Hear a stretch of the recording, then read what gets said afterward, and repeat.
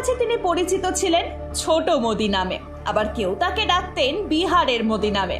বিহারের রাজনীতিতে এক গুরুত্বপূর্ণ ব্যক্তিত্ব ছিলেন সুশীল কুমার মোদি। বহুবার মুখ্যমন্ত্রীর কোর্সের কাছাকাছিও পৌঁছেছিলেন তিনি, কিন্তু মুখ্যমন্ত্রী হওয়া তার আর হয়নি, বরং বিহারের উপমুখ্যমন্ত্রী হয়েই সন্তুষ্ট থাকতে হয়েছিল তাকে। দলের জন্য সব সময় নিজেকে উজাড় করে দিয়েছেন তিনি। সুযোগ সন্ধানী রাজনীতির যুগে সুশীল মোদি ছিলেন ব্যতিক্রমী চরিত্র। 1952 সালের 5ই জানুয়ারি পাটনায় জন্ম সুশীল কুমার মোদি। বিহারের রাজনীতিতে সুশীল কুমার মোদি খুবই গুরুত্বপূর্ণ মুখ ছিলেন। ছাত্রাবস্থা থেকে রাজনীতির সঙ্গে জড়িয়ে পড়েছিলেন তিনি। পাটনা বিশ্ববিদ্যালয়ে পড়ার সময় সক্রিয় রাজনীতির সঙ্গে যুক্ত ছিলেন তিনি। 1974 সালের বিহার আন্দোলনেও অংশ নিয়েছিলেন। 5 বার গ্রেফতারও হয়েছিলেন। 19 মাস জেলে ছিলেন তিনি।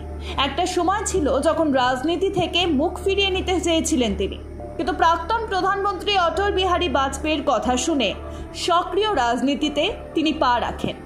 ধীরে ধীরে বিহারের গুরুত্বপূর্ণ মুখ হয়ে ওঠেন তিনি।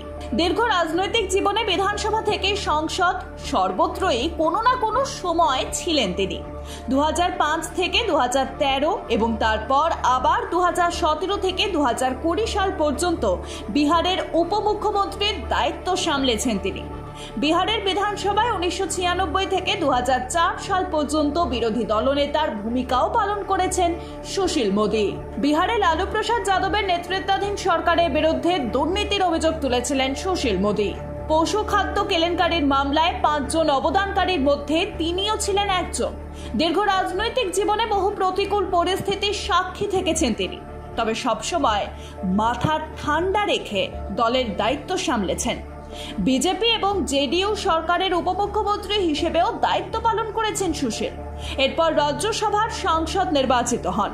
দেশ জুড়ে লোকসভা নির্বাচন চলছে, আর এরই মধ্যেই বড় ধাক্কা এলো বিজেপি শিবিরে। দীর্ঘদিন ধরে ক্যান্সারের সঙ্গে লড়াই করার পর সোমবার মাত্র 72 বছর বয়সে শেষ নিঃশ্বাস ত্যাগ করেন সুশীল কুমার মোদি। তার মৃত্যু বিহারের রাজনীতিতে বিজেপির কাছে নিঃসন্দেহে এক বড় ধাক্কা। তার মৃত্যুতে শোক প্রকাশ করেছেন বহু রাজনীতিবিদ, বাদ যাননি প্রধানমন্ত্রী নরেন্দ্র মোদিও।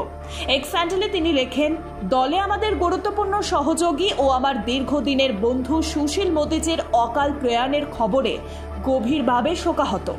বিহারে বিজেপির উত্থান এবং বিজেপির সাফল্যের পিছনে তার অমূল্য অবদান আছে। জরুরি অবস্থার বিরোধিতা করে উনি ছাত্র রাজনীতিতে আলাদা পরিচিতি গড়ে তুলেছিলেন। উনি কঠোর পরিশ্রমী এবং সমাজ দরদী বিধায়ক ছিলেন।